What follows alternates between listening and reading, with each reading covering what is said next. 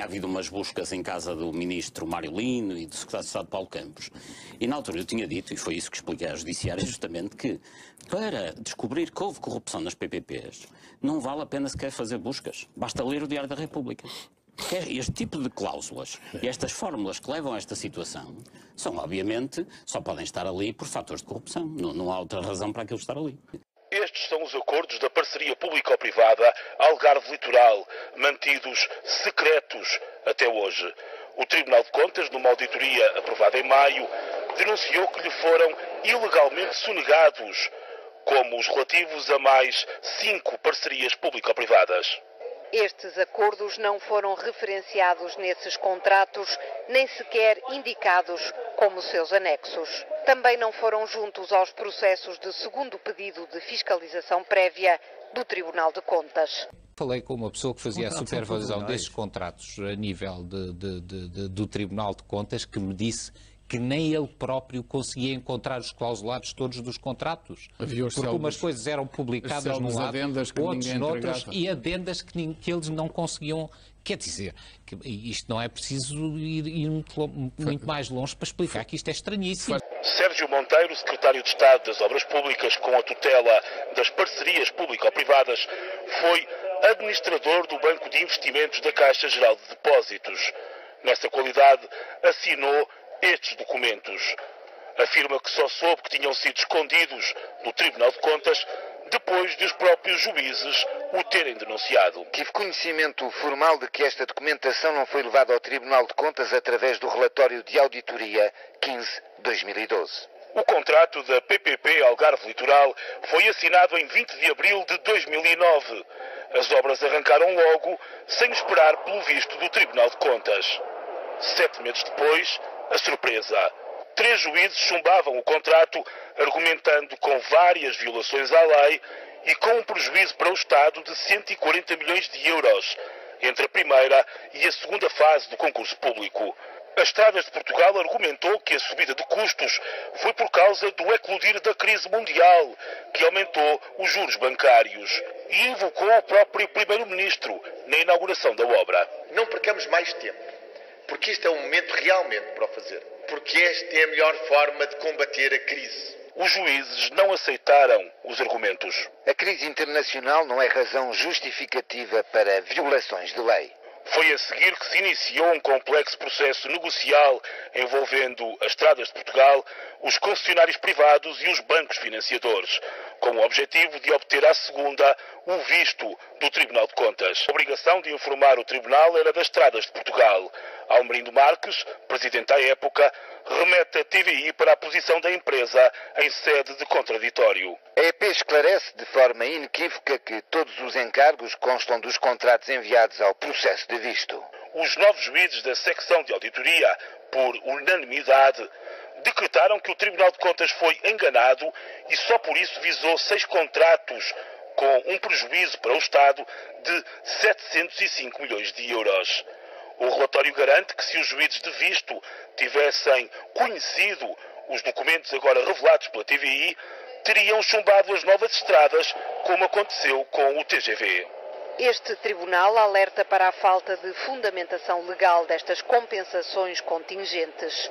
Caso os respectivos pagamentos venham a ocorrer, podem constituir infrações financeiras puníveis. A TVI perguntou ao secretário de Estado se agora que está no governo vai impedir esses pagamentos. Ainda que as observações constantes do relatório de auditoria do Tribunal de Contas não sejam vinculativas, não podem certamente ser ignoradas pela EP, a qual deverá tê-las em conta na conduta que pretende adotar relativamente a estes pagamentos.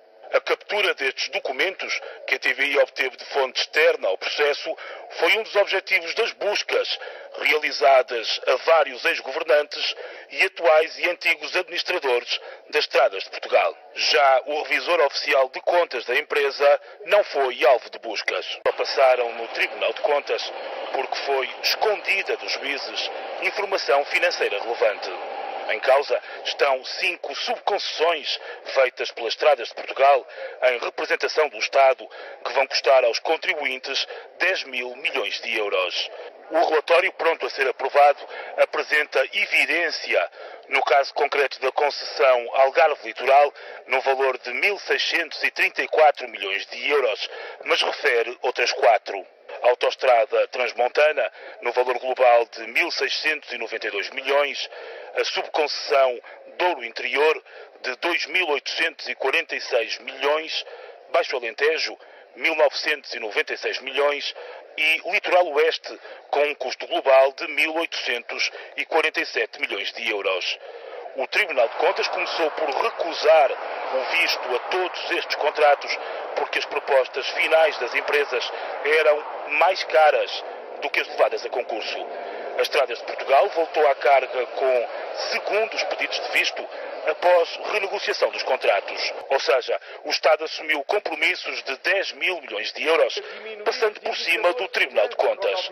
Avelino de Jesus, o membro da Comissão de Avaliação das Parcerias Público-Privadas, que se demitiu precisamente por o Governo lhe esconder informação, espanta-se pela mesma ser negada aos próprios juízes das contas públicas. Admira-me bastante uma situação dessas, porque no caso do Tribunal de Contas, para mim parece-me extremamente grave, muito mais grave do que aquilo que ocorreu no caso da Comissão de Avaliação das PPPs. Não é? Se isso ocorre no caso do Tribunal de Contas, meu Deus, como as coisas estarão.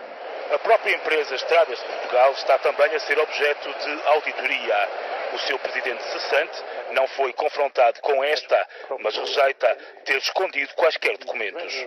Acho que isso não corresponde aos factos. É falso. O Tribunal de Contas, se tinha qualquer dúvida, se não estavam lá documentos, porque os não pediu.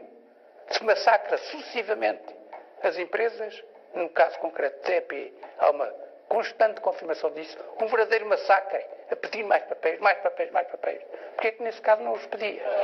Em 2006, a maioria socialista aprovou uma alteração aos poderes do Tribunal que permite modificar contratos sem pedidos de visto. Não estão sujeitos à fiscalização prévia do Tribunal de Contas os contratos adicionais aos contratos visados. O Tribunal de Contas não tem dúvidas, não há benefícios para o parceiro público. O modelo de gestão e financiamento do setor rodoviário aumentou a dívida das estradas de Portugal, aumentaram os encargos do Estado e aumentaram também os custos para os contribuintes.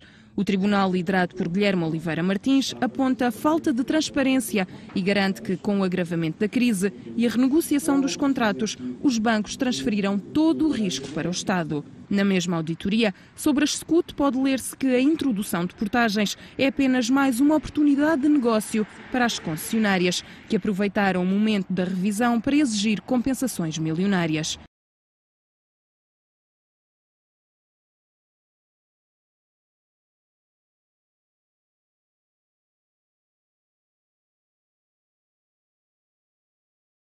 Eu acho que, aliás, isto é um caso de polícia. É que se passa a todo o risco que estava no setor privado para o setor público. No setor privado se passa a receber uma renda certa e o setor público é que tem o risco todo da exploração. Quer dizer, ou temos alguém que é deficiente a negociar por parte do Estado, isto é, incapaz, ou então há dolo. As denominadas SCUTs constituem um endividamento oculto que vai sobrecarregar as gerações futuras.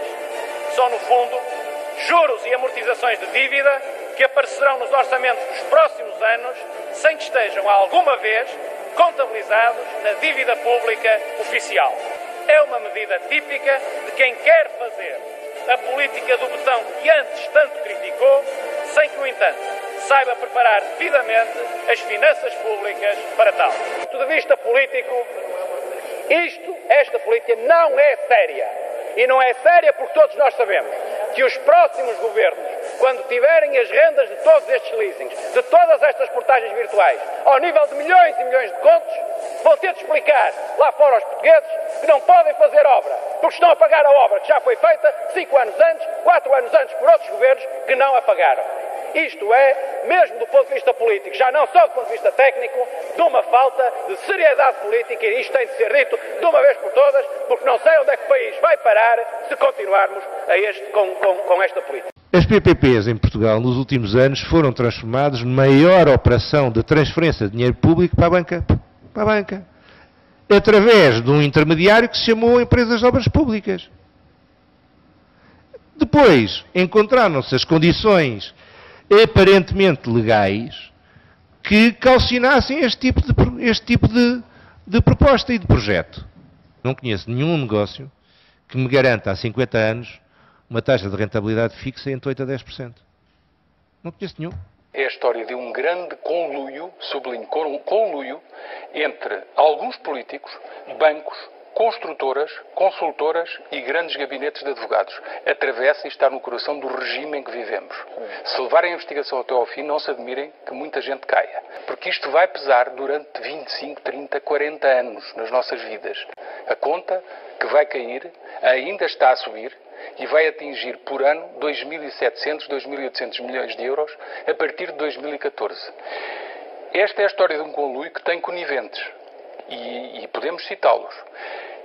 Podemos perceber que havia um secretário de Estado voluntarioso que está no centro disto tudo. Escusa de vir dizer que não teve a ver. Teve a ver com tudo. Mas é fraca desculpa do PS. Tudo. É este secretário de Estado que atravessa os dois governos de José Sócrates, em que há dois ministros, e eu estou na dúvida em saber se foram ingênuos ou se também foram coniventes, e em que há dois ministros e sempre um primeiro-ministro. E isto foi de tal maneira um conluio que levou a que se favorecesse estes interesses todos. E eu acrescento, e havia ainda um Ministro das Finanças e um Secretário de Estado do Tesouro que sabiam o que estava a acontecer e que nunca deram um murro na mesa. Nunca. Ainda estamos em 2012, a fatura não era muito alta. Andava relativamente baixa. E a partir de 2013, aquilo dispara. Quem imaginou isto em 2005? Um governo, um partido e um governo pensavam ficar no poder durante 2 legislaturas. Acabava no final de 2012. Isto é de um cinismo e de uma frieza atroz. E ficámos todos comprometidos com uma conta que não podemos pagar. Eu arrisco dizer aqui que se houver razão para pedirmos um segundo resgate, esta vai ser a principal razão. Portanto, tem que se cortar já estes contratos. As chamadas parcerias público-privadas estão a tirar para as gerações futuras uma fatura que não para de aumentar. Só este ano, as rendas que o Estado está a pagar aos privados já derraparam 18%. Foi a forma que os governos encontraram para mostrar obra sem ter que pagar as contas. As parcerias público-privadas começaram a meio da década de 90 e nunca mais pararam de aumentar. Falhas graves em termos de boa gestão financeira, de economia, de eficiência e de eficácia. E ainda com uma particularidade, é que apesar do controlo, das recomendações, os erros repetiam sucessivamente. Não se podia aumentar a dívida pública nem o déficit. O melhor é pôr os privados a financiar e a fatura virá mais tarde. Carlos Moreno fiscalizou durante 15 anos as grandes obras públicas e as parcerias público-privadas no Tribunal de Contas. Agora que chegou à reforma, decidiu explicar ao país, em livro, como gasta o Estado o nosso dinheiro. Das quase 100 auditorias que eu fiz, concluí sempre que os dinheiros tinham sido bastante mal gastos. Atualmente, há 115 parcerias público-privadas em Portugal. Os privados constroem, exploram e, na maior parte dos casos, ainda cobram uma renda muito elevada ao Estado. Nas negociações, o Estado assumiu riscos que normalmente nas parcerias público-privadas pertencem ao parceiro privado. E quais são esses riscos? O risco comercial e o risco financeiro. E as primeiras faturas já começaram a aparecer. Em 2010, o cheque que o Estado vai ter que passar aos privados chega aos 888 milhões de euros. Há casos, como a barragem do Tua, em que o Estado fez contratos a 75 anos. E durante esses anos, pelas contas do próprio Ministério das Finanças, há um cheque a pagar de 32.561 milhões de euros.